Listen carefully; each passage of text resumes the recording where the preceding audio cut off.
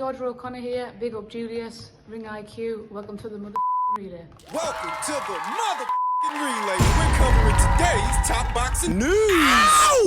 Okay, we'll start with this. I'm sure most of you have heard by now that Adrian Bronier's February 25th pay-per-view event has been officially postponed. And I actually wish Adrian Broner well in this endeavor. I hope that he can get back out there and I really don't know what, if anything, the man has left, but he's doing what he's got to do for himself in what remains of his career. Now, Adrian Broner will have to wait a little longer for his ring return. BoxingScene.com has confirmed that Black Prime has officially pulled the plug on the previously scheduled February 25th pay-per-view event to have featured the former 4-division opponent, former 4-division champion. The development comes on the heels of Broner watching a third opponent fall through in a span of 30 days for a show to have taken place at the Gateway Center Arena in the College Park section of Atlanta, Georgia. A new date is expected to be confirmed shortly, with an April timeframe targeted and for the show to remain in the Atlanta area, confirming a breaking news alert first posted by ESPN's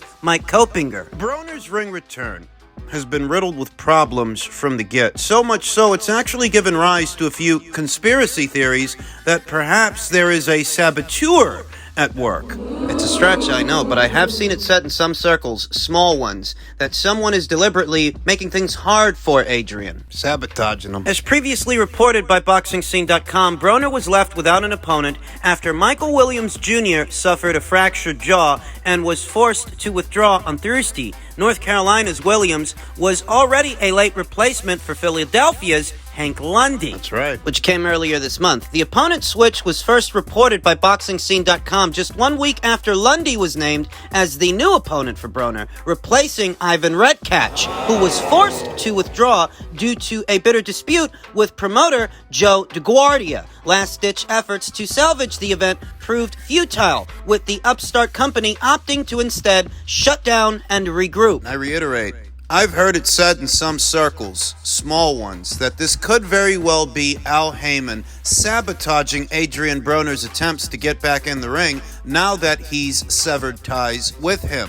Among the casualties is a cursed lightweight battle between former titleists Tevin Farmer and Mickey Bay. Their scheduled 10-round fight has been punted around the globe, and now going on at least a fourth scheduled fight date. Neither Farmer nor Bay have fought since the pandemic. Cincinnati's Broner last fought in February of 2021, when he claimed a 12-round unanimous decision win over Giovanni Santiago in Uncasville, Connecticut. That bout was his first since a loss to Manny Pacquiao in their January 2019 secondary welterweight title fight, which sold roughly 400,000 units atop a Showtime pay-per-view telecast. What are unforeseen circumstances with 3 separate opponents? 3 separate fights with 3 separate fighters falling apart. You have to admit, that's some run of bad luck. It's either that or somebody's deliberately trying to sabotage Adrian Broner. I can at least see why somebody would think that. Broner was due to face Omar Figueroa in a battle of the fated former titleists last August 20th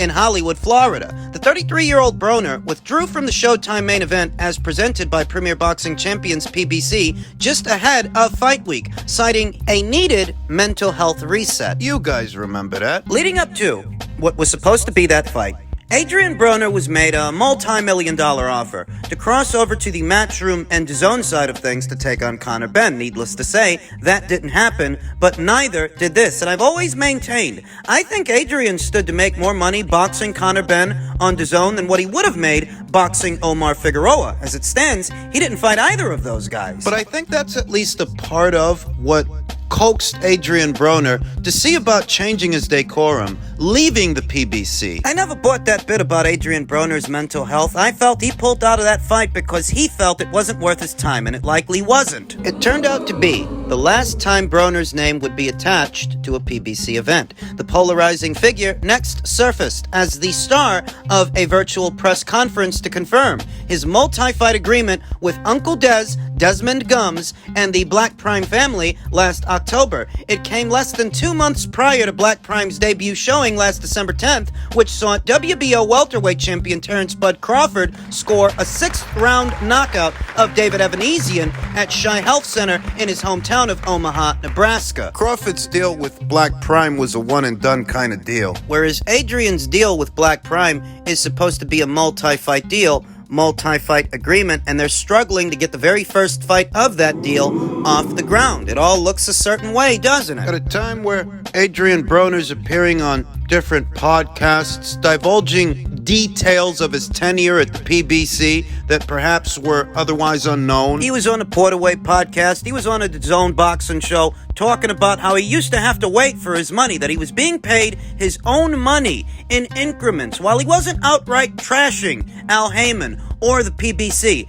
Perhaps he said too much, and perhaps that ruffled someone's feathers, someone who could, At least in theory. persuade his proposed opponents to pull out of the fight with him. I mean, I'm just speculating. I'm just bouncing ideas around. But 3 separate fights with 3 separate fighters falling apart. Wow. Now, they are looking to reschedule, and Black Prime, at least once, they have exhibited the ability to put on their own shows. Yeah. They've got the money. But you know, you often hear it said that boxing is a boys' club. That it's a tightly knit community, all about relationships. And while Black Prime may have the money, they may not have the relationships. They've got the money to put on shows. The money to pay the fighters, the platform to air them, but maybe they don't have the relationships. I mean, it all looks a certain way, doesn't it? Kinda. Or perhaps I'm just letting my imagination get the best of me. In any event, Broner's ring return. It has been effectively postponed, and that is not my imagination.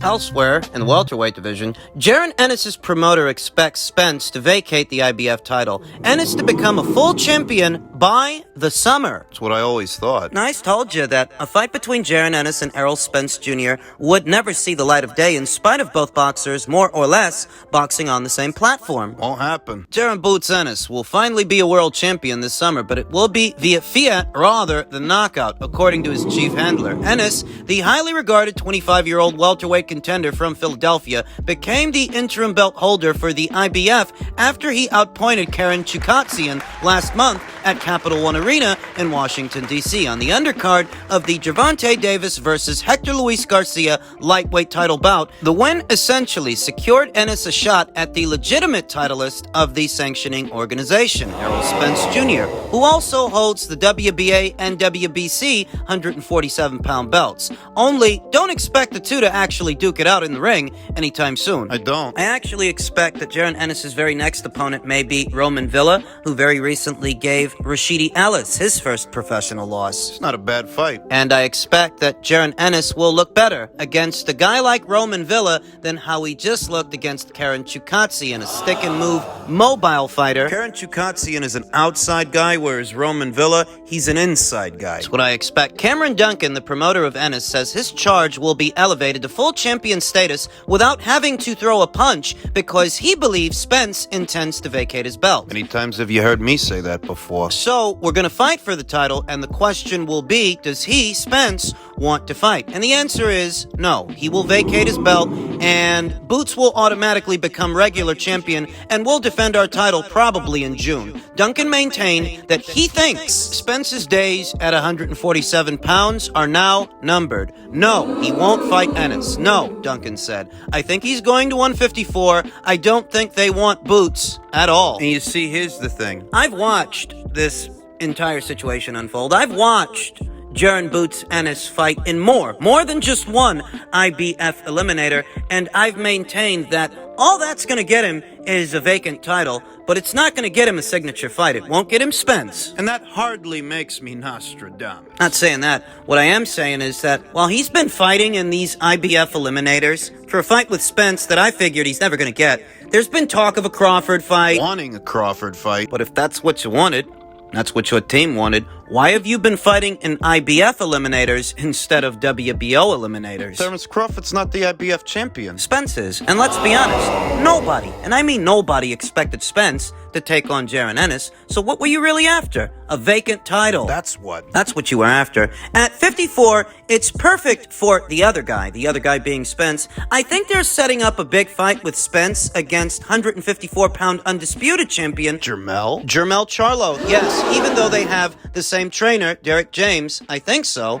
It's a weird business we're living in now. Spence doesn't really want to make 147 anymore. Spence will reportedly fight Keith Thurman in a junior middleweight bout in the spring without having to give up his titles. We've talked about how unethical all of that is. They ordered you to defend your WBC welterweight title against Keith Thurman, and what you do is you have the fight at junior middleweight, And they're letting you keep it. they ordered the fight at welterweight for a welterweight title. But you're fighting this guy at junior middleweight, so they're essentially letting you blow the weight. They're letting you blow the weight and keep the belt. Ridiculous. It is. Duncan said he had an encouraging meeting with Showtime sports head Stefan Espinoza recently on planning Ennis's next steps. Ennis's last several fights have been featured on the premium cable network, but it was clear from their conversation, according to Duncan, that Spence would not factor into Ennis's immediate future. When I talked to Espinoza, he said he's giving me a list of opponents, and Spence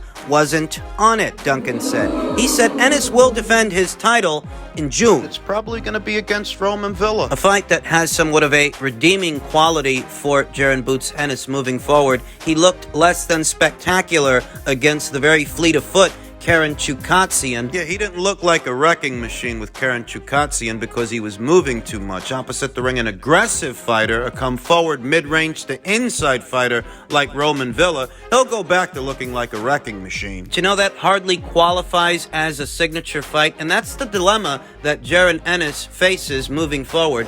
Not much is left of the PBC's stable of welterweights. You know, some time ago, they had the welterweight division. They used to have many of the major players at 147 pounds, but these days, Sean Porter retired. Danny Garcia moved up to junior middleweight, and Errol and Keith, they're about to. Well, not that it matters, because Jaron Ennis ain't a PBC fighter anyway. Just because he's fighting on Showtime doesn't make him one of Al's boys by default. So the question is, what signature fights are available for Jaron Ennis on the Showtime platform? I don't know. Unfortunately for the Ennis fans, Duncan simply does not think the financial support is there to stage a Spence versus Ennis fight anytime soon. It's great TV, but where's the money, Duncan said. They're not going to pay that kind of money. Whoever. We're not signed with anybody. Is somebody going to call me and say, you want to fight Spence? No. Only Spence's advisor, Al Heyman, promoter, Tom Brown, Stefan Espinoza. Recently, Duncan lost one of his highly regarded clients, rising junior welterweight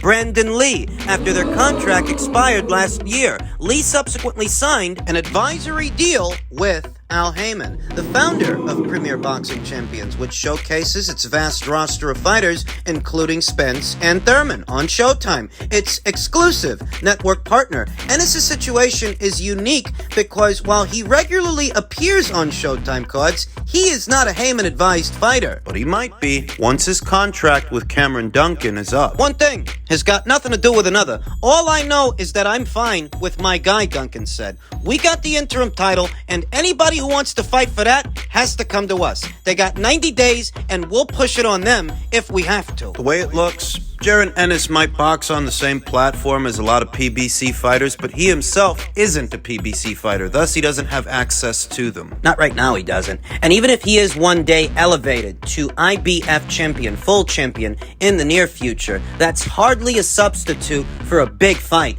a signature fight, the kind of fight that raises your profile and gets you seen. I don't know when Jaron Ennis' contract with Cameron Duncan is up. But his current deal seems to make him exclusive to the Showtime platform, and being exclusive to that particular platform puts him within arm's reach of Al Heyman. Al might poach him too. That's the way it is. It's a dirty business. Finally, one division south of welterweight, junior welterweight, per a tweet from Michael Benson, Regis Prograis versus Jack Catterrall is reportedly now in talks with Catterrall wanting to challenge Prograis. He wants to fight him next? Doesn't necessarily say that, but it says he does want to challenge him for his newly obtained WBC 140-pound title. There's a lot more excitement coming from the junior welterweight division than the welterweight division. This was unexpected on the premise that Jack Catterrall means to fight Regis Prograis next, in his very next fight. Is he nuts? It's been roughly a year since he fought Josh Taylor, you understand. Jack Catterall's been out of action a while, all entangled in that situation, and it's less than ideal to take on somebody like Regis Prograis when you've got ring rust to shake off without a warm-up fight. I'm not against it, you understand. I'm not against Catterrall versus Prograis. I'm just trying to understand. This guy wants to fight Regis Prograis. When does he want to fight him? Does he want to fight him next? Does he want to fight him on the undercard of Okoli versus Light? Yeah, Sky Sports. They ain't got a lot of welterweights for Jack Catterrall. They ain't got a lot of fights to make for him. The only big fight they could have made for him was the Taylor rematch. These are the facts. That fell through. Josh Taylor reportedly suffered a quote-unquote injury, which delayed the rematch, and now he's said to be going into a Lopez fight. Later on this year, so Jack Catterrall is left without a dance partner, a high-profile one. I'm sure that Sky can conjure up some nondescript fighter for Jack to keep busy with. I'm sure that they can do that. Some nobody. But then what? I don't know when they intend to do this Regis Prograis fight. Next? After next? In any event, you see the issue. It's not quite clear what's going to happen with Taylor versus Lopez and who's going to win that fight. Whoever wins that fight. If Taylor wins it, maybe he fights Jack again. But if Lopez wins it... I'm not so sure. Sky Sports and Boxer are running a scarcity of opponents for Jack Catterrall, who they do have under contract. There are no other champions, aside from Josh Taylor, on that side of the street. And now Josh, he's got another engagement going on. Where does that leave Jack? Leaves him pursuing a Regis Prograis fight. That's where it leaves him, and I'm not complaining. I want to say that I favor Regis Prograis to win this thing. Next? After next? I favor Regis Prograis to win this thing. This battle of the Southpaws. Both guys are Southpaws. Both guys fought Southpaws in their last outings, in their last fights. You know, Regis Prograis, he very recently took on Jose Zepeda, stopped him. He's a southpaw like Regis is a southpaw. Yeah. Like Jack Catterrall is a southpaw, and Jack faced the southpaw in his last fight, the Josh Taylor fight. There are a lot of fucking southpaws at 140 pounds. Like a family reunion or something. In any event, I favor Regis Prograis to win this fight against Jack Catterrall, especially if it's Jack's very next fight, because Jack's been out of action a while. You don't shake off ring rust opposite the ring a guy like Regis Prograis. That's if it's next. If it's not next... I still favor Regis Prograis, one of the most destructive punchers in the entire 140-pound division. Moreover, one of the more seasoned fighters. Who's managed to stay in character over the years. Just the other day, Rick Mirrigan, who handles the career of Jose Ramirez, who very recently swerved a Regis Prograis fight, he was gloating about how his guy's about to face Richard Comey. Gloating that Jose has a fight and Regis doesn't. Just the other day.